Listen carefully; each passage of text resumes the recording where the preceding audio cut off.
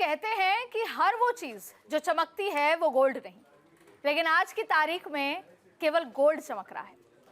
आप सभी का बहुत बहुत स्वागत है। मैं हूं अदिति नागर और भारत 24 के डिजिटल प्लेटफॉर्म पर आज फील द थ्रिल में हम गोल्ड के थ्रिल की बात करेंगे। अच्छा, गोल्ड का थ्रिल कोई नई बात नहीं है।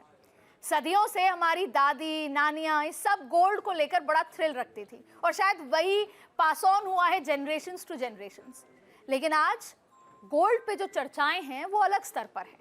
इंडियन इकोनॉमी की बात कर लें या इंडियन हाउस होल्ड का जिक्र कर लें, गोल्ड एक दिमाग से नहीं दिल से खरीदा जाता था, लेकिन आज लोग दिमाग से खरीद रहे हैं। और बहुत सारी भ्रांतियां और अफवाहें भी हैं कि गोल्ड क्रैश हो जाएगा, सिल्वर क्रैश हो जाएगा और गोल्ड खरीदना नहीं चाहिए। कोई कहता है गोल्ड खरीदना चाहिए।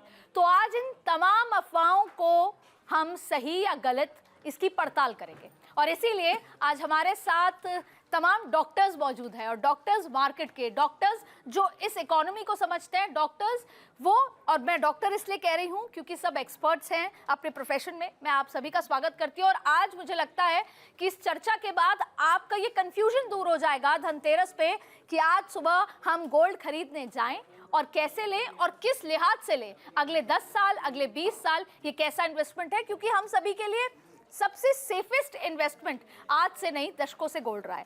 आप सभी का बहुत बहुत स्वागत है।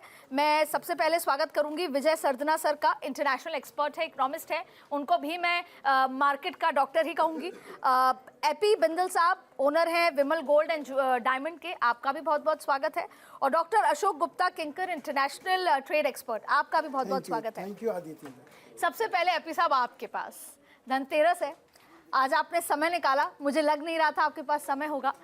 तो अब जब आपके पास लोग आते हैं, सबसे पहले तो आपसे एक पर्सनल सवाल, जब गोल्ड की प्राइस बढ़ती है तो आप तो बड़े खुश होते होंगे।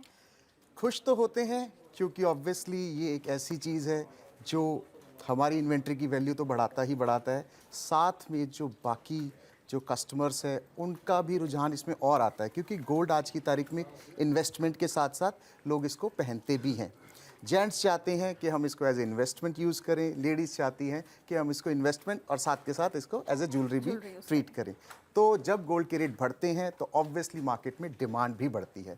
तो जैसे जैसे गोल्ड का रेट बढ़ेगा तो डिमांड भी उतनी ही ज़्यादा बढ़ती है। अच्छा, मैंने ये देखा है कि एडवर्टिजमेंट्स कि मेकिंग चार्जेस पे आपको डिस्काउंट है, मतलब आप अभी भी, क्योंकि गोल्ड तो आसमान छू रहा है और आप अभी भी वो जैसे बोलते हैं ना शहद लगा के कि आप आइए तो सही एक बार, तो लोग पहले की तरह जो बल्क बाइंग करते हैं अभी भी बहुत बल्क बाइंग करती हैं। आप देखेंगे जब पहले, मैं आपको बहुत पुराने ज़माने की बात कर रहा हूँ, जब सोना का भाव होता था 5,000 या 6,000, तब आप देखेंगे जब लेडीज़ ज्वेलरी लेनी आती थी तो साथ में कुनबा आता था पूरा, 4-4, 5-5 फैमिली मेम्बर्स आते थे लेने 5,000 के भाव में।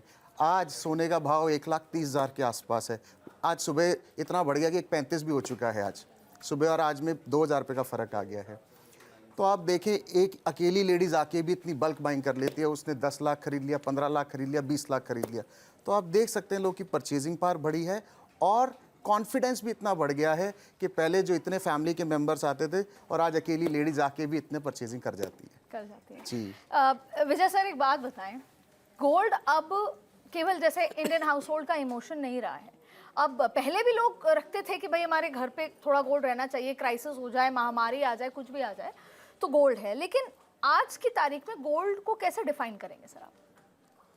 देखिए, गोल्ड शुरू से, पेपर करेंसी तो हम आज की बात कर रहे हैं, ये मॉडर्न ज़माने की करेंसी है। आप इतिहास उठा लीजिए दुनिया भर का, पहले ट्रांजैक्शन कैसे होते थे। कहते थे ना कि राजा ने 100 अशरफियाँ दी, कभी नहीं कहते थे मैं 100 का नोट दिया या 2,000 का नोट दिया। जो अशरफियाँ थी वो करेंसी था। और हमेशा आप जब भी समाज में ट्रांजैक्शन करते हैं तो यू नीड ए करेंसी, आपको एक करेंसी चाहिए। और आप एक ऐसी करेंसी को लेना चाहते हैं जिस पे सबका भरोसा हो। आज हम इंडियन रूपी की बात करते हैं क्योंकि उसके पीछे आरबीआई है। हम क्रिप्टो पे भरोसा नहीं करते क्योंकि पता नहीं इसके पीछे क्या खेल है। डॉलर पे दुनिया इसलिए भरोसा करती थी कि अमेरिका का पीछे सपोर्ट है। इसी तरह से जब करेंसीज नहीं थी, पॉलिटिकल सिस्टम्स इस तरह के डिवाइडेड और डिफाइंड नहीं थे, तब एक कॉमन करेंसी दुनिया में चलती थी, वो थी गोल्ड। आज जिस तरह से पॉलिटिकल डिस्टर्बेंसेस चल रहे हैं दुनिया में, और खासकर ट्रंप साहब के आने के बाद जिस तरह से टैरिफ का खेल हो रहा है और दुनिया डी डॉलराइजेशन की तरफ जा रही है, तो अगेन आपको एक ऐसी करेंसी चाहिए जिसको दुनिया भरोसा कर सके, जिसपे इसीलिए गोल्ड की सिग्निफिकेंस वापस इंप्रूव हो रहा है। आप देखेंगे कि जो जो कंट्रीज अपने, और जिस तरह से ऑलमोस्ट अगर आप डेट कंडीशन देखें, 37 ट्रिलियन डॉलर का डेट है और सबको पता है कि ये अमेरिका के लिए एक बहुत बड़ी सिरदर्दी है। और आपके पास एक ही तरीका है कि आप और डॉलर छापिए, दूसरा तरीका है कि आप क्रिप्टो में खेलिए, which is highly unregulated risky game, but which he is planning for. He is planning, क्योंकि वो सबसे बड़ा फ्रॉड है। आप उसमें क्या मैनिपुलेशन करेंगे किसी को नहीं पता, क्योंकि उसकी अंडरलाइनिंग जस्टिफिकेशन कुछ नहीं, total sentimental which is acting technically fake. कहने का मतलब क्या है कि आज सारे कंट्रीज चाह रहे हैं कि हम अपनी इकोनॉमी को, अपनी करेंसी को स्टेबलाइज करेंगे, तो आपको एक रेफरेंस पॉइंट चाहिए, और टाइम टेस्टेड जो रेफरेंस पॉइंट है वो है गोल्ड। इसीलिए सारे कंट्रीज अपनी अपनी करेंसी के बेसिस के लिए गोल्ड पे डिपेंडेंट हो रहे हैं। तो जितनी बड़ी इकोनॉमीज हैं, जैसे चाइना है, भारत है, यूरोप है, बाकी देश हैं। सर मेरा यही, एक तो चाइना कोई मूव करता है तो वो पूरा साइकोलॉजिकल इम्पैक्ट पूरे विश्व को होता है। साइज पे इम्पैक्ट है ना, क्योंकि इतना बड़ा वहाँ पे आप देखिए, भारत और चाइना ये दुनिया में सबसे बड़े क्यों हैं? क्योंकि जब भी आप ट्रांजैक्शन करेंगे तो आप 10, 20, 50 कंटेनर नहीं करेंगे। जब भी आप कोई बिजनेस करेंगे बिलियंस ऑफ डॉलर्स में होगा। तो जब बिलियंस ऑफ डॉलर्स में कोई चीज़ बेची या खरीदी जाती है तो उसका वाइब्रेशन पूरी दुनिया में होता है। और इसीलिए आप देखेंगे कि अगर चाइना आज गोल्ड स्टॉक कर रहा है, या इंडियन गवर्नमेंट या आरबीआई अगर गोल्ड पे डिपेंडेंट है, या यूरोपियन जो इकोनॉमीज हैं गोल्ड की तरफ जा रही हैं, तो उसका वाइब्रेशन तो पूरी दुनिया में आएगा।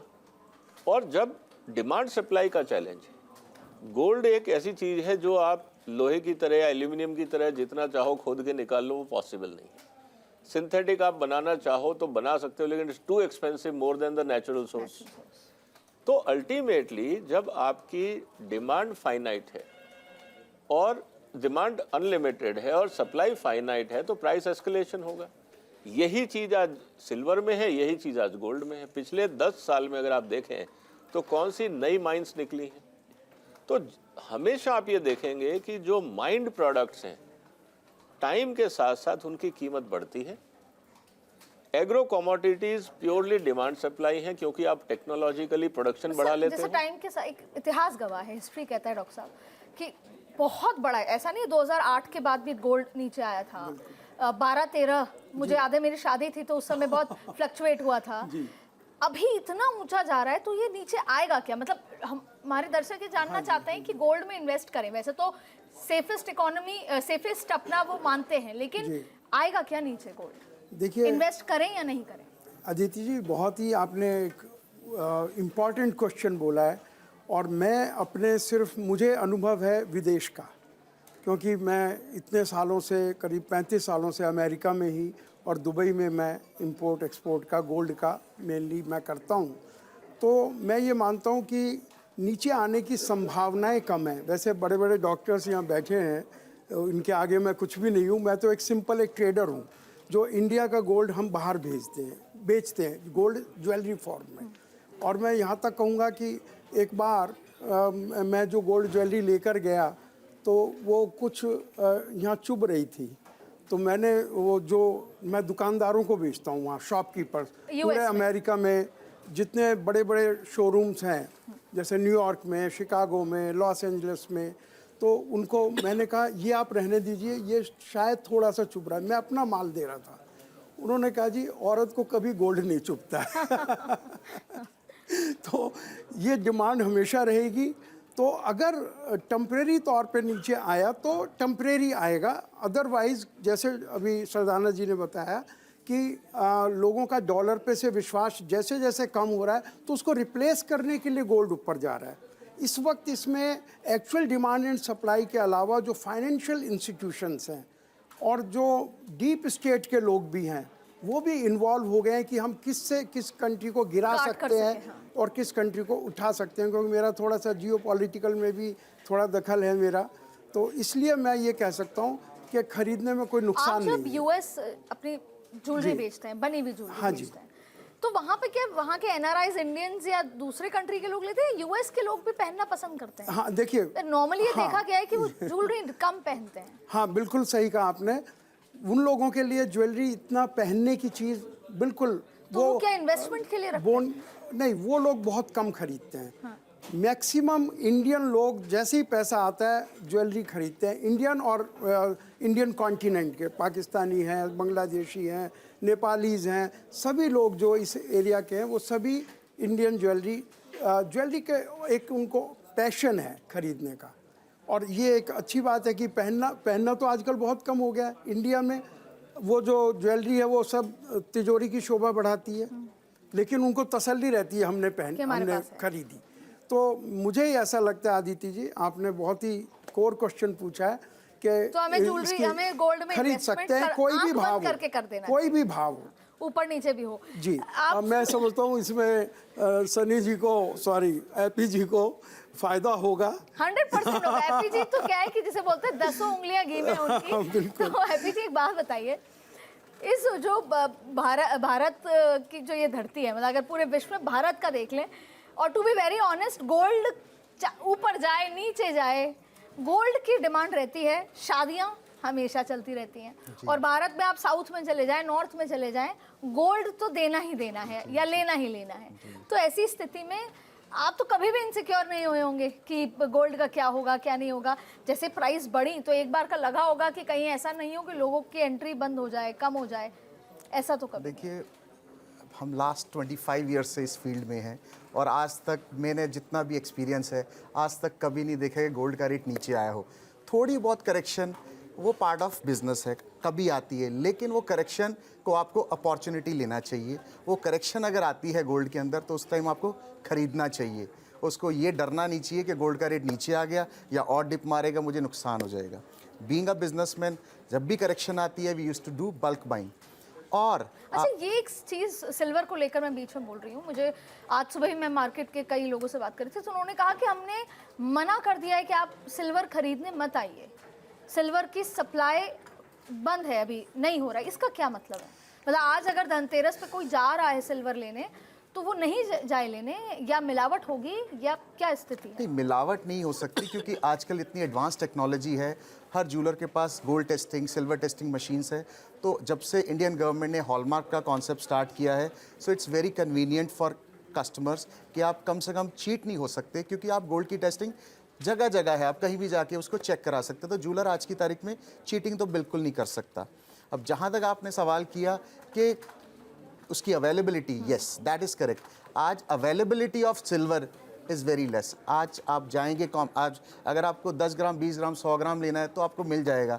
अगर आपको क्वांटिटी में लेनी है सिल्वर, फॉर एग्जांपल कई इन्वेस्टर्स ऐसे हैं जो कहते हैं जी मुझे 10 किलो लेनी है, 20 किलो लेनी है, या चांदी की एक सिल्ली 30 किलो की आती है, 30 किलो लेनी है, तो उसकी अवेलेबिलिटी आपको सामने बुलियन वाला आफ्टर दिवाली दे रहा है, बिकॉज आज अवेलेबिलिटी सिल्वर की कम है।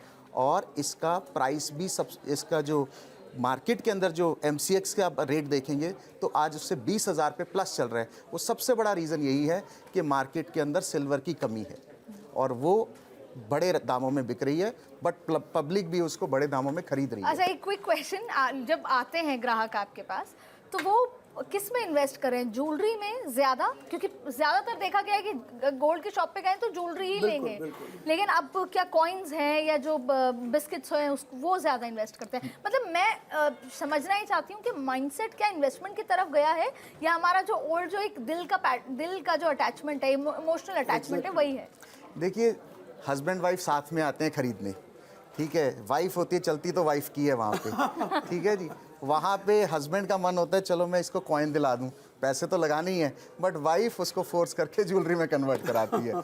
तो अच्छा, टेक्निकली फ़ायदा किस में ज़्यादा है? टेक्निकली आप मान के चलो, मेरे हिसाब से ज्वेलरी लेना भी चाहिए, दोनों चीज़ें लेनी चाहिए। ज्वेलरी के अंदर क्या है कि आप अपना शौक भी पूरा कर रहे हैं, और आजकल मेकिंग आप देखेंगे पहले वाले ज़माने ख़त्म हो गए जब 15%, 20%। आप सोच रहे हैं कि ज्वेलरी खरीदना बंद कर देंगे आप और सब कॉइन पे आ जाएंगे, पर वैसे देखा जाए तो ज्वेलरी में तो क्या है, जब आप रिटर्न करेंगे तो मेकिंग चार्जेस वाला डिफरेंस आता है। उसी चीज़ पे मैं आ रहा हूँ। मेकिंग आजकल वो 15-15, 20-20% वाली ख़त्म हो गई है। आपने देखा होगा एड्स वगैरह, कोई 5 ले रहा है, कोई 10 ले रहा है, कोई 8 ले रहा है, तो मेकिंग बहुत कम है। तो इसीलिए मेरा कहने का मतलब यह है कि ज्वेलरी लेना चाहिए, शौक भी पूरा होगा और साथ के साथ आपकी इन्वेस्टमेंट भी है। और बीवी भी खुश होगी। बीवी सबसे मेन पॉइंट है, बीवी भी खुश होगी। सरदाना साहब, सबसे इम्पोर्टेंट बात यह है कि पिछले कुछ टाइम में अगर हम वर्ल्ड ग्लोबल इकोनॉमी की बात करें तो बड़ा उतार चढ़ाव है, और आज से 2 दशक पहले किसी को कोई फर्क नहीं पड़ता था। ऐसा नहीं है कि गोल्ड को लेकर 1971 में यूएस ने कोई फैसला नहीं लिया हो, गोल्ड और डॉलर को अलग नहीं किया हो, लेकिन शायद ऐसा इम्पैक्ट नहीं होता था। अब सोशल मीडिया का ज़माना है, लोग इम्पैक्ट ज़्यादा होते हैं। सडनली आती है बात कि दुनिया भर के सेंट्रल बैंक्स गोल्ड में इन्वेस्ट कर रहे हैं, और फिर बात आती है, उसमें भारत भी है, टर्की भी है, सभी गोल्ड ज़बरदस्त खरीद रहे हैं। फिर बात आती है चाइना का मूव बहुत इंपॉर्टेंट हो जाता है। चाइना बल्क बाइंग कर रहा है, वो जर्मनी को पीछे करना चाहता है, सेकेंड बिगेस्ट वो रखना चाहता है उसको। ऐसे में क्या चाइना या सेंट्रल बैंक को लोगों को इन्वेस्टमेंट के लिहाज से फॉलो करना चाहिए? निश्चित रूप से। देखिए, आप पुराने वक्त की बात कर रहे हैं, उस समय की परिस्थितियां और आज बहुत अलग है। हर साल जो इकोनॉमिक कंडीशन है वो बहुत तेजी से बदल रही है। आप 1970s की बात करें, उस समय चाइना की इकोनॉमिक कंडीशन भारत से भी ज़्यादा खराब थी। आज चाइना की इकोनॉमी भारत से ऑलमोस्ट 3 से 4 गुना, परचेजिंग पावर बढ़ी है। दूसरी तरफ जिस तरह से अमेरिका में डेट्स बढ़े हैं, अनसस्टेनेबल लेवल पे पहुंच गए हैं, वो पहले नहीं थे। तो आप पुराने इतिहास को आज की दुनिया के साथ कहेंगे कि हमारे टाइम में ये होता था और अब ये होता है, इसका कोई लॉजिक नहीं है, उसका कोई मतलब नहीं रहा। आपको आज की परिस्थितियां देखनी है और आने वाले समय में देखना है। आप बात कर रहे थे सिल्वर की। मेरे चैनल पे मैंने डिटेल्ड एनालिसिस किया है कि पिछले 10 साल में आप देखेंगे कि सिल्वर की प्रोडक्शन नहीं बढ़ी है। एक समय था 10 साल पहले जब सिल्वर का कंजम्पशन होता था ज्वेलरीज में, कॉइन्स में, यूटेंसिल्स में। आज वो खत्म हो गया। आज मेजर कंजम्पशन जो सिल्वर का है वो इंडस्ट्रियल यूज है।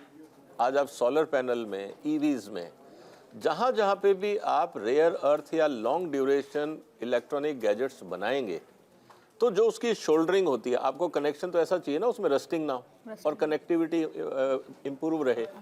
तो silver is becoming a very important. तो 60 से 70% जो सिल्वर का कंजम्पशन है वो इंडस्ट्रियल रॉ मटेरियल के रूप में है।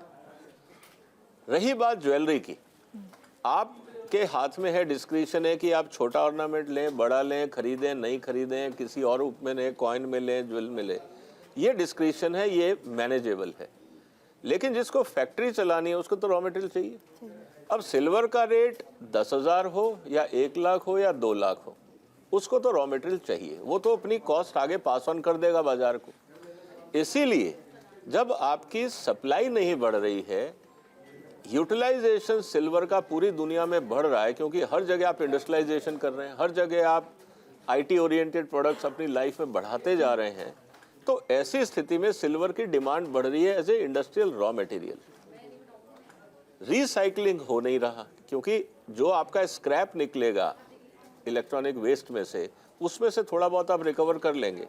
ज्वेलरी दे के रिसाइकलिंग करके आप इंडस्ट्रियल यूज में दे नहीं रहे, क्योंकि वहाँ सेंटिमेंटल वैल्यू है, प्लस वो सोशल सिक्योरिटी या फाइनेंशियल सिक्योरिटी भी है। ऐसी स्थिति के अंदर सिल्वर के रेट कम होना लॉजिकल नहीं। इसका मतलब ये है कि अगर आप रिक्वायरमेंट आज हिंदुस्तान, जैसे हम पेट्रोल करीब 85% इंपोर्ट करते हैं, आज सिल्वर भी हम 80% इंपोर्ट करते हैं। हमारे यहाँ एक ही कंपनी है जो प्रोडक्शन करती है, वो है हिंदुस्तान जिंक। और सिल्वर जो है वो मेन प्रोडक्ट नहीं है, वो बाई प्रोडक्ट है। जब आप जिंक बना रहे हैं, लेड बना रहे हैं, उसमें से जब आप प्यूरिफिकेशन करते हैं तो सिल्वर निकलता है। तो ये कहना कि आने वाले दिनों में सिल्वर की सप्लाई बढ़ेगी, संभव नहीं है। इसका मतलब ये है कि डिमांड सप्लाई इम्बैलेंस और बढ़ेगा। जब डिमांड सप्लाई इम्बैलेंस और बढ़ेगा तो रेट बढ़ेंगे। अब रहा कि भाई आप खरीदें क्या, गोल्ड खरीदें, कॉइन खरीदें या ज्वेलरी खरीदें, आपको दिमाग नहीं लगाना है, आप सिर्फ कॉइन लें, रख दें, आपका इन्फ्लेशन कवर होता जाएगा। ये बहुत इंपॉर्टेंट है। मुझे लगता है कि इस पूरे चर्चा में ये पॉइंट जिसको हम डिराइव करने की कोशिश कर रहे थे कि गोल्ड लेना है नहीं लेना, तो आपको सिल्वर हो या गोल्ड हो, आपको जरूर लेना है, वो आपको नुकसान नहीं देगा। सर आप यही कह रहे हैं। मैं कह रहा हूँ इन्फ्लेशन आपका कवर होता रहेगा। करते रहेंगे। अच्छा सर, एक बात बताइए, डॉलर, ये पूरा अगर हम ग्लोबल लिहाज से बात करें, जियोपॉलिटिकल सिचुएशन, पूरी पूरा विश्व चाहता है कि ट्रंप के बाद तो कि ट्रंप को साइडलाइन किया जाए। ट्रंप को साइडलाइन मतलब डॉलर को कमज़ोर किया जाए। ब्रिक्स में डी डॉलराइजेशन का जिक्र होता है, उनकी अपनी करेंसी का जिक्र होता है।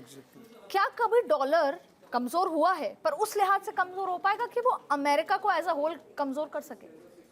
देखिए, अगर आप वर्ल्ड ट्रेड देखें 19 या सन 2000 की अगर मैं बात करूं, मतलब जस्ट टू ऐड ऑन कि क्या गोल्ड उसको रिप्लेस कर पाएगा या नहीं? देखिए, दो चीजें हैं। अगर आप देखें कि दुनिया का जो व्यापार है 2000 में करीब 70% जो दुनिया का ट्रेड होता था वो डॉलर में होता था। अब ये घट के करीब आपका 55% 52% रह गया। 2030-35 तक तो ये रिप्लेस किसने किया है, किस चीज ने किया है? मैं वहीं आ रहा हूँ। अल्टरनेट करेंसीज, ओके, जैसे आज आप रशिया से तेल खरीद रहे हैं तो आप रुपए में पेमेंट करें, आप डॉलर में नहीं कर रहे। नहीं कर। तो अल्टीमेटली क्या है कि 2030-35 तक मेरा अंदाज ये है कि जो डॉलर ट्रेड है वो घट के 40% हो जाएगा। इसका मतलब ये है कि पहले जो वन वे ट्रैफिक था अब वो बदलेगा। फॉर एग्जाम्पल, भारत को चाहिए क्रूड, हम खरीदेंगे रशिया से। रशिया को चाहिए फूड, हम यहाँ से कोई और alternate item, food item, jewellery जो भी है हम रशिया को देंगे। आप बैलेंसिंग कर रहे हैं। अब जो बचा हिस्सा वो किस करेंसी में ट्रेड होगा?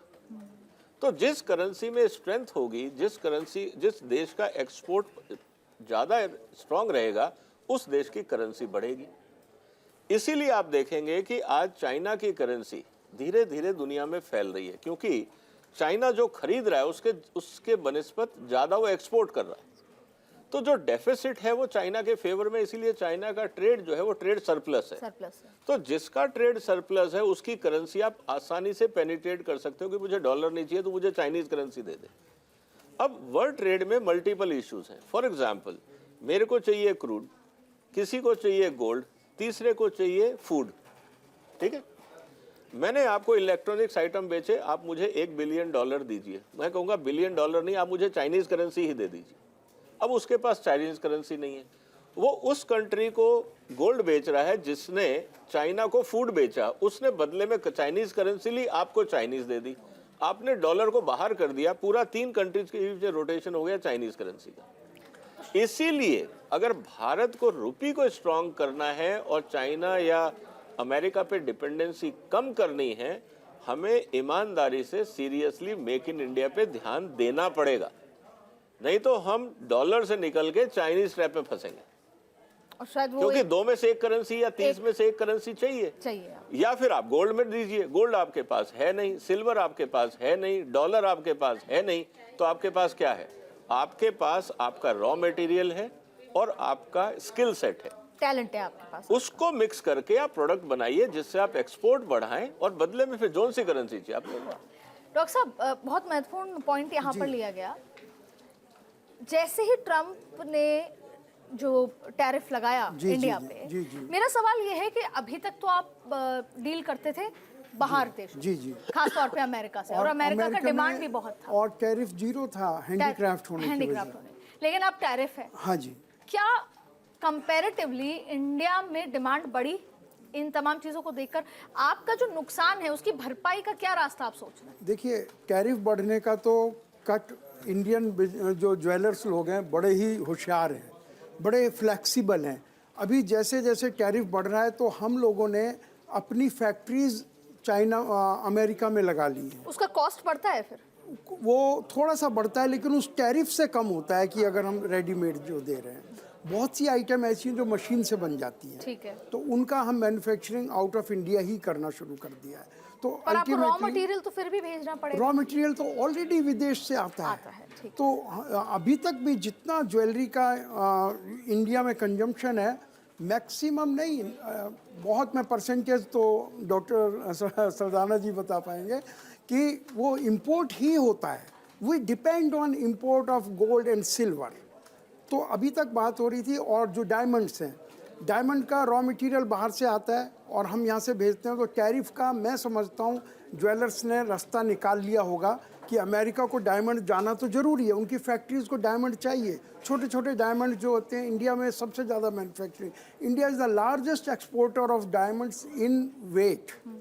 तो Polished diamonds. हाँ, वेट वाइज तो हम लोगों ने अगर डायमंड मान लिया यहाँ से एंटवर्प चला गया, जो बड़ी फैक्ट्री है, मैं वहाँ गया जब एंटवर्प, तो मैंने देखा कि खुले उसमें ढेरियाँ लगी हुई हैं डायमंड्स की। तो वो अगर एक बार डायमंड वहाँ चला गया एंटवर्प में, तो उसका कोई सर्टिफिकेट ऑफ ओरिजिन नहीं रह जाता कि ये कहाँ का है, उस पर आप मार्क नहीं कर सकते। Only you can mark on solitaire, छोटे डायमंड्स पे आप मार्किंग नहीं कर सकते। तो इंडियन ज्वेलर तरीका निकाल लेंगे इस टैरिफ को बीट करने का।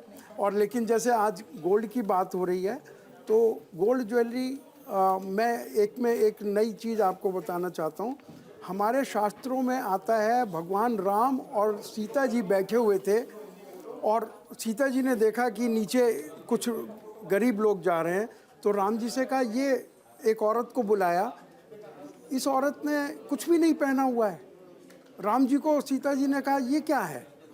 राम जी बिल्कुल घबरा गए और उन्होंने उसी दिन ये एक निकाल दिया आदेश कि जितने भी मेरे अधीन जितने राजा हैं, किसी के राज्य में एक भी व्यक्ति ऐसा नहीं होना चाहिए जो गोल्ड ना पहने। तो आज आप देखेंगे हिंदुस्तान में गरीब से गरीब आदमी भी कुछ ना कुछ गोल्ड धारण करता है।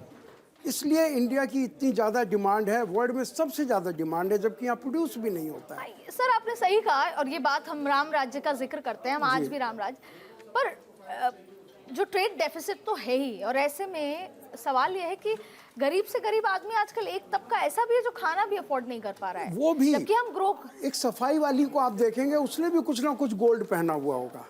तो इसलिए ये हमारी परंपरा है, गोल्ड को पहनना हमारी परंपरा है। ये गरीबी अमीरी की बात नहीं है। जैसे किसी की भी शादी होती है, अगर वो मंगलसूत्र गोल्ड का नहीं तो आर्टिफिशियल ही मंगलसूत्र पहन लेती है, लेकिन वो ज़रूरी है। और ऐसा ही ये सेम चाइना में है। चाइना के और हमारे रिलेशन और इतने ज़्यादा एक जैसे हैं कि जैसे यहाँ डिमांड है, ये और बात है कि चाइना बहुत ज़्यादा डाउन था, तो वो अपने उनको मेंटेन नहीं कर सका। बात समझाइए, अमेरिका के पास 8,000 बहुत बड़ी संख्या में नंबर 1 पे आता है जो गोल्ड रिजर्व है। हाँ जी। उसके बाद फिर जर्मनी आता है, फिर फ्रांस, इटली आता है जी। और शायद उसी होड़ में चाइना ने बल्क बाइंग शुरू कर दी।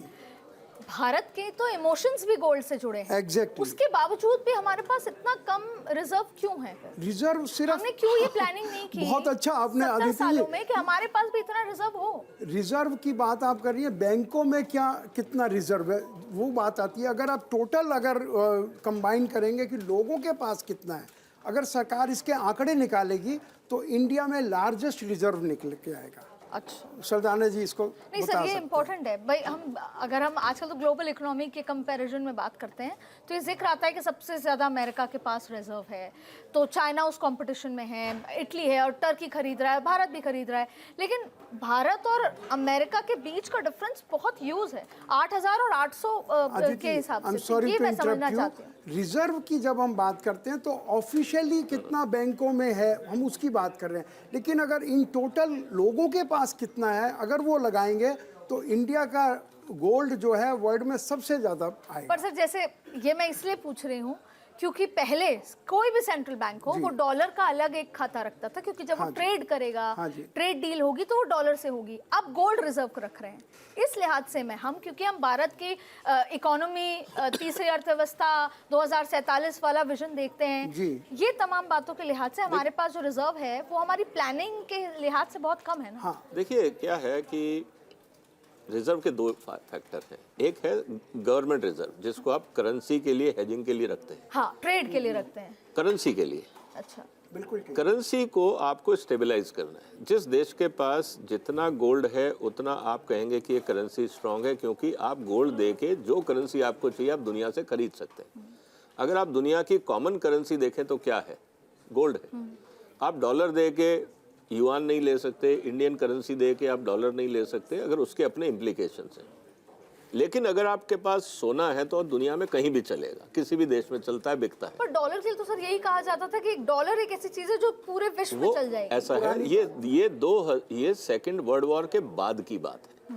सेकंड वर्ल्ड वॉर से पहले गोल्ड ही रिजर्व करेंसी गोल्ड ही वो करेंसी था, क्योंकि उस समय आपको लिक्विडिटी चाहिए थी, यूरोप को रीबिल्ड करना था, गोल्ड आपके पास इतना नहीं था। देखिए करेंसी में क्या है, करेंसी तो आप प्रिंटिंग प्रेस में जाइए और जितना मर्जी छाप लीजिए।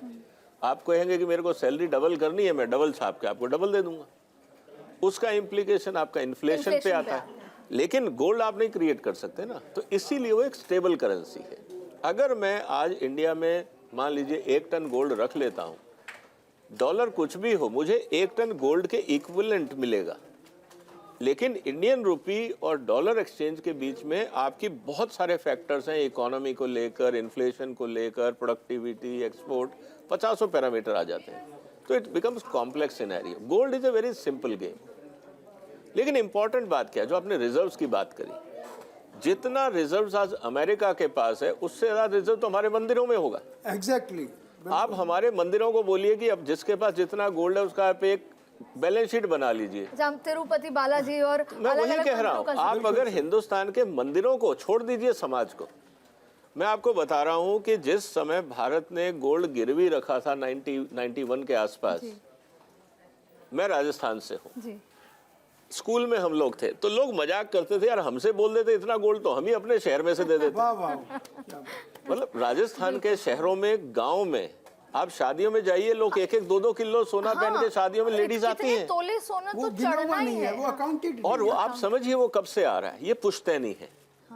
दादी, दादी की दादी, सब ने ट्रांसफर किया है। मेरी बेटी के पास अगर गोल्ड है, उसने शायद खरीदा होगा 10 ग्राम, लेकिन जितना उसके पास होगा मेरी मदर ने दिया, मेरी वाइफ ने दिया होगा, उनको उनकी, मेरी मदर ने उनको दिया होगा, उनकी मदर इन लॉ। तो हमारे यहाँ जो गोल्ड है वो क्यूमुलेटिव वेल्थ है। इसीलिए अगर हम सिर्फ आरबीआई के पास कितना गोल्ड है, अगर हम उससे भारत की तुलना करेंगे तो हम बहुत बड़ी गलतफहमी में हैं। लेकिन हम प्राइवेट को सरकारी प्रॉपर्टी नहीं बना रहे हैं ना। इसीलिए जो रिजर्व्स की बात होती है वो सिर्फ उतनी होती है जो सरकार के डिस्पोजल पे है, समाज के डिस्पोजेबल पे नहीं है। इसीलिए हम कहते हैं कि भाई अमीरी में बसा गरीब देश है। हिंदुस्तान जो है अमीर देश है, लेकिन लोग गरीब हैं, क्योंकि आप सोना बेच के आटा नहीं खरीद रहे। वो आपकी सोशल सिक्योरिटी है, रिजर्व्स है। हम उसको डिस्प्ले भी नहीं कर रहे हैं, यूज भी नहीं कर रहे हैं। तो कहने का मतलब क्या है कि ये हिंदुस्तान या समाज के जो डायनेमिक्स हैं उसको आप डायरेक्ट मार्केट इकोनॉमी से लिंक मत करिए। तो ये दोनों में बहुत अलग चीज है। आपने बात कही, एक समय तो ये था ही नहीं कि हम गोल्ड बेचें कभी, और गोल्ड बेचने मतलब इतने बुरे दिन आ गए क्या। लेकिन अब ऐसा होता है कि लोग गोल्ड को एक अलग करेंसी के लिहाज से देख रहे हैं। दो बातें मेरी आपसे हैं। एक ये कि कभी ऐसा आता है कि आप बेच दीजिए, ज्वेलरी आए या सिक्का आए या बिस्किट आए, आप लोग के पास ऐसा रेगुलर आता है या अभी भी लोग नहीं ऑप्ट करते गोल्ड बेचना? गोल्ड लोग आते हैं, जैसे अपना पुराना गोल्ड कोई लेडीज लेकर आते हैं, कस्टमर लेकर आते हैं, तो वो मैक्सिमम 90% 95% केसेस में उसको अपग्रेड करते हैं, उसको ओल्ड गोल्ड के बदले न्यू डिज़ाइनिंग में अपग्रेड करते हैं। जिसके पास पुराना सोना पड़ा है वो पता है मेरा डिज़ाइन नहीं चल रहा या आजकल के डिज़ाइंस के अकॉर्डिंग नहीं मैचअप कर रहा, तो मैक्सिमम कस्टमर्स उसको अपग्रेड ही तो कराते हैं। अभी एक और बात बताइए, एक समय भी ये भी आया था जब ये होता था कि डायमंड है, सॉलिटेयर पहना हुआ है, सॉलिटेयर मतलब डायमंड गोल्ड का तो उतना ज़्यादा वो रहा ही नहीं था क्रेज़। अब वो क्रेज़ एकदम रिवर्स हो गया, लोग डायमंड पे नहीं जाना चाहते क्योंकि उसकी रीसेल वैल्यू नहीं रही, या फिर गोल्ड का जिस हिसाब से मार्केट हो गया है ग्लोबली। Very good question. इसके अंदर दो चीज़ें हैं जी। एक तो गोल्ड, ऑब्वियसली गोल्ड एक ऐसी चीज़ है, आज सुबह आप गूगल पे डालोगे गोल्ड का रेट आ जाता है, ठीक है, which is in the case in diamonds. Diamonds के लिए आपको पता ही नहीं है आपका क्या इसमें अप्रिसिएशन हो रहा है या नहीं हो रहा है। As a investment point of view से देखेंगे तो एनी डे गोल्ड को ही बेटर माना जाता है। बट जब आता है डायमंड, बट आज की तारीख में एटलीस्ट मेट्रो सिटीज़ के अंदर कोई भी लेडीज़ हैं वो डायमंड पहनना आज भी पसंद करती हैं, बिकॉज गोल्ड एक ऐसी, जब आप अपने खुद को ही ले लीजिए, आप रिंग्स वगैरह या इयर रिंग्स या पेंडेंट कुछ भी पहनेंगे, आप शायद मैडम ने अभी आपने डायमंड का ही पहना, आप गोल्ड नहीं पहनेंगे। नहीं, मैं आपसे ही समझना चाह रही हूँ, मैं अपना माइंडसेट कितना बदलूं। आप अगर फ्यूचर के इन्वेस्टमेंट लिहाज से भी देखूं तो कितना बदल लेना चाहिए? इन्वेस्टमेंट पॉइंट ऑफ व्यू से देखेंगे तो एनी डे गोल्ड ही है बेटर ऑप्शन। बट अगर आप देखेंगे कि मुझे पहनना है जिसमें मेरी खूबसूरती, एस्थेटिक क्या चल रहा है फैशन पर्पस में, तो diamond always held a upper hand. तो आज हमारा जैसे शोरूम है, हमारे पास डायमंड की ज्वेलरी, गोल्ड की ज्वेलरी, पोल की सब होता है। आप आज भी मानेंगे तो हमारे पास 50% सेल डायमंड की आज भी है और 50% गोल्ड की भी है। अच्छा, एक प्योरिटी का भी जिक्र आता है, और एक ये बहुत बड़ी बात है कि आप कुछ लेके गए कि साहब ये खरीदा है हमने, तो ये होता है कि ये 24 कैरेट नहीं है, ये 22 है, ये आजकल तो 9 कैरेट तक भी ये आने लगे हैं। पर ये किस लिहाज से है? इसको एस्थेटिक के लिहाज से आप 9 कैरेट बहुत डेलिकेट हो जाता है, या वही 24-22 पे ही लोग आजकल कहते हैं कि 22 कैरेट तक तो चाहिए? नहीं, रिसेंटली अभी गवर्नमेंट ने 9 कैरेट गोल्ड प्योरिटी को भी कर दिया, अप्रूव किया है, तो उसका पर सबसे ये सिर्फ मार्केट के लिए है कि आप पैसे का फ्लो हो, खरीदें लोग इतना भी? जी जी बिल्कुल बिल्कुल, इसका प्रेशर था हमारी इंडस्ट्री की तरफ से कि आप 9 कैरेट को भी अप्रूवल दीजिए। रीज़न बिहाइंड प्राइसेस, आज हर कोई अफोर्ड नहीं कर पाता 22 कैरेट या 18 कैरेट की ज्वेलरी। डायमंड की ज्वेलरी मेजरली आज आप कह रहे हैं 18 कैरेट सर, पहले 18 कैरेट दादी तो बिल्कुल डिस्कार्ड कर देती थी कि 18 कैरेट क्या है ये? प्योरिटी का आप बहुत सीधी सी बात है ना, आप उस देश से आए हैं जहाँ पे देसी घी चलता था। हाँ, बिल्कुल। अब आप पाम भी खाते हैं, अब आप किसी भी नाम से मिलावट का भी माल खाते हैं। ये हर जगह समाज का सोच बदला है। आप जब 24 कैरेट की बात करते थे उस समय आपके घरों में देसी घी चलता था। आज आप पाम खाने वाली दुनिया में है तो 9 कैरेट आपकी मजबूरी है। तो आपका जो क्या है, देखिए सोच क्या बदली है। पहले आपके लिए वो एक एसेट था, प्योरिटी का मुद्दा था। जैसे देसी घी सेहत से जुड़ा हुआ था, जो आपका प्योर गोल्ड है वो आपके एसेट से जुड़ा हुआ था। आज आपको चाहिए शो ऑफ, स्टेटस सिंबल, आपको दिखाना है कि मैंने गोल्ड ज्वेलरी पहनी। आप ये नहीं बोलते कि मैंने 22 कैरेट या 24 कैरेट की, यार I bought A gold jewellery. आपका सोशल स्टेटस फ्रेंड सर्कल में स्टेब्लिश हो गया। अगर आप डायमंड की बात कर रहे हैं, अगर आपको शो ऑफ करना है तो आप डायमंड खरीदोगे, अगर आपको वेल्थ प्रिजर्व करना है तो आप गोल्ड खरीदोगे। और वो 22 कैरेट 24 कैरेट खरीदोगे? देखिए जितनी प्योरिटी उतना यहाँ तो जितना गुड़ उतना मीठा, सीधी सी बात है। आप जितना प्योरिटी का गोल्ड लेंगे उतना आपका एसेट वैल्यूएशन होगा, क्योंकि एंड ऑफ द डे जब आप 9 कैरेट का गोल्ड बेचने जाएंगे तो आपको 22 का रेट नहीं मिलेगा, फिर आपको 9 के बराबर ही मिलेगा। तो मिलावटी माल जब आप बेचोगे तो मिलावट का ही रेट मिलेगा, प्योर नहीं मिलेगा। इसमें मैं ऐड करना चाहूँगा, सर ने बोला मिलावटी नहीं। अगर आज 9 कैरेट की ज्वेलरी कोई बेच रहा है या 14 या 18, तो आपसे वो 9 कैरेट के ही प्राइस चार्ज कर रहा है। वो 9 कैरेट बेच के आपसे 22 के पैसे नहीं चार्ज कर रहा, तो इसको मिलावटी नहीं कह सकते। आपने उसकी एक्सेसिबिलिटी बढ़ा दी। एक्सेसिबल, आप जो जिस बंदे की पेइंग कैपेसिटी नहीं है 18 कैरेट खरीदने की या 22 की, तो वो 14 भी ले सकता है, 9 भी ले सकता है, कम प्राइस। लेकिन इसमें आप ये देखिए ना, 22 से 9 होता क्यों है? और प्योर गोल्ड तो 24 है। हाँ। 9 बनता है जब, उसमें क्या डलता है? गोल्ड तो नहीं डलता, something else which is not gold. देसी भाषा में आप कह सकते हैं कि उसमें मिलावट करके आपने उसको 9 बनाया, जैसे हर प्रोडक्ट में होता है। आज अगर आप देसी घी में बासमती मिलाओगे या प्योर सरसों में आप राइस ब्रान मिलाओगे या किसी और तेल के अंदर आप पाम मिलाओगे, उसका रेट घटाने के लिए ये बाजार है। बाजार उस तरह के प्रोडक्ट बनाता है जो अफोर्डेबल हो। मेरे पास मेरी औकात है 100 रुपए की, तो मैं 100 रुपए का प्रोडक्ट खरीदूंगा ना। साहब की औकात है लाख रुपए की, वो लाख रुपए का खरीदेंगे। दोनों को ज्वेलरी चाहिए। मैं इमिटेशन पे आ जाता हूँ। सर ये आपने जो एग्जाम्पल दिया वो खाने पीने वाली चीज के साथ दिया। खाने पीने वाली चीज में नुकसान होता है बॉडी को। आज कोई जरूरी नहीं है, आज 22 कैरेट कोई जरूरी नहीं है, पाम से नुकसान नहीं होता, आप रेट घटा रहे हैं। आप अगर 22 कैरेट में 9 कैरेट की मिक्सिंग बनाते हैं तो पहनने वाले को कोई नुकसान नहीं है, उसमें उसका फायदा है, तो उसकी पॉकेट अलाउ कर दिया। आज जो तबका नहीं खरीद सकता ज्वेलरी, 22 कैरेट नहीं खरीद सकता, तो गवर्नमेंट ने एक बहुत खूबसूरत ये ऑप्शन दिया है 9 कैरेट का, कि आप 9 कैरेट ले सकते हैं, 14 ले सकते हैं। हमने जीवन में ना हर एक चीज का वेज निकाल लिया। मुझे याद है जब मैं कॉलेज में थी तो मुझे ये था कि एक दिन जब अच्छा कमाऊंगी तो मम्मी के लिए गोल्ड की ज्वेलरी लूंगी। अब लगता है उस समय क्योंकि 22 और 24 को ही आप मापदंड में रखते थे, पहले यही होता और तब ये था कि जब अच्छा कमा पाऊंगी तब एक दिन दिलाऊंगी। आज के मैं देखती हूँ युवा बच्चों को, उनकी पहली सैलरी से कहते हैं कि हमने ये ले लिया है और गोल्ड ज्वेलरी लिया। उसमें हमको ये नहीं पूछेगा कि 9 कैरेट है, 10 कैरेट है, 12 कैरेट है, 15 कैरेट है। तो शायद हमने मोर वेज टू बाय और उस मार्केट को एक्सप्लोर करना, अपनी साइकोलॉजिकल नीड को सेटिस्फाई करने के लिए हमने बाजार में वैरायटी ऑफ प्रोडक्ट्स लॉन्च कर दी। जी बिल्कुल। जैसे मैंने कहा कि देसी घी 700 रुपए मिलता है, उससे भी खाना बनता है। 70 रुपए का पाम ऑयल है, उसमें भी खाना बनता है। जो आप देसी घी में बनाते हो सब पाम में बनता है। सेहत के लिए दोनों खराब नहीं है, दोनों अच्छे हैं। सवाल इस बात का है कि आप क्या प्रोजेक्ट करना चाह रहे हैं समाज को।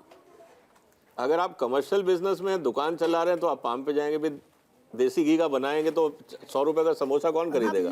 हमारे देश में गोल्ड को हम अपने जीवन स्तर से जोड़ रहे हैं। लेकिन जब अमेरिका में कोई नहीं ये देखता कि आपने कितना गोल्ड पहना हुआ, वो ये पूछते हैं आपके पास अपना प्राइवेट जेट है कि नहीं, वहाँ कौन सी गाड़ी आप ड्राइव कर रहे हैं, किस जगह रह रहे हैं। तो यहाँ मापदंड जो है अमेरिका, वो केवल गोल्ड जैसी चीज़ें और भी, लेकिन वहाँ के मापदंड अलग हैं, इसलिए वहाँ गोल्ड कोई पहनता है, बोन की ज्वेलरी भी बड़े से बड़ा आदमी या औरत कुछ भी ज्वेलरी पहन लेगी, बोन की या सिल्वर की या कुछ, वो उतना ही अच्छा लगेगा, क्योंकि उनके मापदंड फ़र्क हैं। यहाँ एक गरीब देश इसीलिए ऊपर तो हुआ यही है। फर्क है कि भारत में तो एक इमोशनल कनेक्ट भी है, तमाम चीजें हैं, शो ऑफ भी है, स्टेटस सिंबल भी है, लेकिन आज गोल्ड एक ग्लोबल इकोनॉमी के लिहाज से उस नजरिए से देखा जा रहा है ज्यादा पर्सपेक्टिव में। इसलिए वो गवर्नमेंट, दूसरे देशों में शायद गवर्नमेंट रिजर्व और गवर्नमेंट एक्सचेंज करेंसी के लिहाज से देखा जा रहा है। चाइना का इंटेंशन क्या है सर इतना बल्क बाइंग गोल्ड का? देखिए, नेचुरली चाइना इस वक्त एक ऐसा माहौल बना हुआ है कि जैसा सरदाना जी ने बोला कि कोई भी करेंसी डिपेंडेबल नहीं है, और गोल्ड हमेशा से डिपेंडेबल था। मैं एक आपको याद दिलाना चाहूँगा कि जब ये डॉलर छपना शुरू हुआ तो डॉलर का मतलब क्या था? डॉलर का मतलब ये था कि इस कागज़ पर लिखे हुए जो $1 है, इसके बराबर हम आपको गोल्ड देंगे। It was a conversion of A receipt of A gold. लेकिन आज तो ऐसा नहीं है, अमेरिका ने मना कर दिया कि हम कोई ऐसा नहीं है कि इसके अगेंस्ट हम आपको गोल्ड देंगे। तो जो गोल्ड का पहले सोच थी वो अब बदल गई है। अब हम जो आज ये प्रोग्राम कर रहे हैं, हम ग्लोबल पर्सपेक्टिव में कर रहे हैं। डिमांड एंड सप्लाई इंडिया में करीब करीब उतनी है, लेकिन अब गोल्ड चूँकि अब सोशल मीडिया बढ़ गया है, तो हम ये चाहते हैं कि हम उसका वो वाला एस्पेक्ट भी निगाह में रखें कि जब हम खरीद रहे हैं तो हम एक सोशल स्टेबिलिटी भी खरीद रहे हैं। अब ये दो चीज़ें हो गई हैं, पहले गोल्ड सिर्फ सोशल स्टेटस के लिए होता था। अब सर एक आखिरी सवाल मैं समझना चाहती हूँ आपसे, दर्शकों का। हम मार्केट में कहते हैं कि नौकरियाँ नहीं हैं जी, हालत ठीक नहीं है, गरीबी बढ़ रही है, तमाम चीज़ों के बावजूद भी लोग गाड़ी खरीदते हैं, गोल्ड खरीदते हैं। सर कह रहे हैं कि लगातार भीड़ है, मुझे लगता है कि शो के जस्ट बाद वो भागेंगे कि कस्टमर खड़े हुए हैं, कल इनके पास समय नहीं होगा, परसों इनके पास समय नहीं होगा, बड़ी मुश्किल से लेकर आए हैं। तो ऐसी स्थिति में ये वो जो डिफरेंस है दिखाने में कि नौकरियां नहीं हैं, लोग ड्रॉप आउट्स हैं, तमाम चीज़ें हैं, और दूसरी बात ये है कि मार्केट में जो फ्लो है, तो ये जो जीएसटी आया है, सेकेंड जनरेशन जीएसटी, इसका इम्पैक्ट आप कैसे देखते हैं? मतलब आपकी दुकान में भी, और आप भी कैसे देखते हैं कि इसका फ़ायदा है कि हाथ में पैसा आया तो लोग गोल्ड खरीद के रखना चाहते हैं? आजकल इजी हो गया है लोगों के लिए, बिकॉज डिजिटल हो गया सब कुछ। और as far as GST is concern, हमारे ट्रेड पे पहले भी 3% था और आज भी 3% ही है। तो हमारे ट्रेड के ऊपर जीएसटी के अंदर कोई ऐसा डिफरेंस नहीं आया है। और जब से ज़्यादा ऑनलाइन हो गया है, लोग की पेइंग कैपेसिटी ईजी हो गया लोगों को पे करना, तो मेजरली लोग ऑनलाइन ही परचेज़ कर लेते हैं। ठीक है, हम आपको ऑनलाइन पेमेंट कर देते हैं, या कोई छोटी अमाउंट्स होती है तो पेटीएम भी कर देते हैं। तो इस रीज़न से ज्वेलरी के ऊपर अच्छा इम्पैक्ट ही आया है। ज्वेलरी बिकनी आसान हो गई। पहले लोगों को खुद आना पड़ता था, अब वो अपने घर से भी ऑर्डर कर सकते हैं, घर से ही पे कर देते हैं। तो in itself it's easy, convenient, और सेल्स भी इम्प्रूव हुई हैं इसके कारण। 4 टेकअवेज आपको मैं दर्शकों के लिए, जब हम इस चर्चा कर रहे हैं कि गोल्ड खरीदना है नहीं खरीदना है, सिल्वर पे क्या करना है, और गवर्नमेंट को इसमें और क्या एस्पेक्ट के लिहाज से करना चाहिए, मैं 4 टेकअवेज चाहूँगी या जो मेरे दर्शक ले जाएं और उनको लगे कि हाँ हमें संपूर्ण ज्ञान मिल गया है। देखिए, सबसे पहले मैं, आपने जो पिछला सवाल किया वो बहुत इम्पोर्टेंट था कि एक तरफ हम बात कर रहे हैं देश में गरीबी है, दूसरी तरफ गोल्ड की डिमांड बढ़ रही है। देखिए, आप अगर देखें, डिस्पैरिटी तो हर समाज में बढ़ती है, मार्केट इकोनॉमी का ये फिनोमेना है।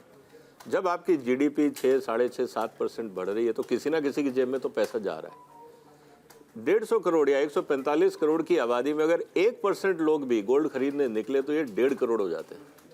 आपको भीड़ तो दिखेगी। ये बात अलग है कि 70% के पास गोल्ड खरीदने के पैसे नहीं है, लेकिन जिनके पास है वो इतना बड़ा क्राउड है कि सारी गोल्ड ज्वेलरी की दुकानें धनतेरस पे भरी हुई मिलेंगी। इस बात को आपको मान लीजिए। इसका मतलब ये नहीं है कि पूरा भारत वैसा है। तो ये गलतफहमी जो दिख रहा है वो सच्चाई नहीं है, वो एक परसेप्शन है। अब 4 जो सवाल आपने किए कि भाई गोल्ड ज्वेलरी के बारे में हम क्या करें। जिस तरह से भारत में और दुनिया में डिमांड सप्लाई है, मैं फंडामेंटल की बात कर रहा हूँ। सप्लाई नहीं बढ़ रही, डिमांड बढ़ रही है, क्योंकि पर कैपिटा इनकम बढ़ रही है, तो जो रेट्स हैं वो तो बढ़े नहीं। जितने भी माइंड प्रोडक्ट्स हैं, मेटल प्रोडक्ट्स हैं, आप देखेंगे आज हम गोल्ड सिल्वर की बात कर रहे हैं, हो सकता है 3 महीने बाद हम कॉपर की बात करें, उनके भी रेट बढ़ेंगे, क्योंकि दुनिया में नई माइनिंग्स नहीं हो रही हैं। ये फंडामेंटल इशू है, डिमांड बढ़ती जा रही है, कंजम्पशन बढ़ रहा है। दूसरा सबसे बड़ी बात यह है कि जब आप गोल्ड ज्वेलरी रख रहे हैं तो आपको क्लैरिटी ये होनी चाहिए कि आपका ऑब्जेक्टिव क्या है। आपको शो ऑफ करना है, पहनना है, या वेल्थ प्रिजर्वेशन है। अगर आप वेल्थ प्रिजर्वेशन कर रहे हैं तो आप बेसिक प्योर मटेरियल खरीद के रख लो, चाहे वो 10 ग्राम हो या 15 ग्राम हो। जितनी आपकी क्षमता है उतना लेके सेफ में रख दीजिए, वो इन्फ्लेशन कवर करता रहेगा। तीसरा मुद्दा ये है कि समाज या सरकार क्या करे। सरकार को ये देखना है कि आपका जो बैलेंस ऑफ ट्रेड है, रुपी वैल्यू है, क्योंकि आप अगर हिंदुस्तान से एक्सपोर्ट नहीं बढ़ाएंगे, करेंसी डिवैल्यू होगी, तो रुपी और जो आपका गोल्ड और सिल्वर है इसके रेट तेजी से बढ़ेंगे, क्योंकि आपको ज़्यादा पैसे दे के वो माल खरीदना है और भारत में बेचना है। तो इन्फ्लेशन के साथ साथ जो करेंसी इम्पैक्ट है वो भी आएगा। तो अगर भारत की इकोनॉमी या मैन्युफैक्चरिंग स्ट्रेंथन नहीं हो रहा है तो आप मान के चलिए कि क्योंकि हम गोल्ड और सिल्वर दोनों इंपोर्ट करते हैं, इनके रेट और तेजी से बढ़ेंगे। और चौथी बात यह है कि भारत सरकार को अब पूरा दिमाग इकोनॉमिक डेवलपमेंट पे लगाना चाहिए। पॉलिटिक्स बहुत हो गई, लेकिन good economics is good politics. अगर हम इस मुद्दे पे फोकस करेंगे तो देश का भी भला होगा, समाज का भी भला होगा, और जो हमारा सबसे बड़ा चैलेंज है रुपी डिवैल्यूएशन कंपेयर टू डॉलर, जब तक हम उसको पेग नहीं करेंगे, और वो रियलिटी है, उसको सरकार कंट्रोल नहीं कर सकती। और ये जो बात कही गई है कि good economy is good politics and enough of politics have happened, और ये बहुत बड़े टेक अवेज आज इस चर्चा से जा रहे हैं। और मैं उम्मीद करती हूँ कि जो कन्फ्यूजन है आपके पड़ोसी या सोशल मीडिया पे तमाम बातें आती हैं कि गोल्ड मत खरीदिए, क्रैश होने वाला है, सिल्वर अब खत्म हो चुका है, सिल्वर पे नहीं जाना चाहिए, और कुछ मत खरीदिए या खरीदिए, ये तमाम बातें, तमाम जो कन्फ्यूजन है आज इस पॉडकास्ट में आपको खत्म हुआ होगा। और मैं चाहती हूँ कि अगर और कोई ऐसी बात है जो अभी भी आपका कन्फ्यूजन है तो आप ज़रूर इस पॉडकास्ट के लिंक में मुझे मैसेज कीजिएगा, तो हम अगली बार उन सबको दूर करेंगे। आप सभी का जुड़ने के लिए बहुत बहुत शुक्रिया। आप सभी का जुड़ने के लिए बहुत बहुत शुक्रिया। Thank you so much.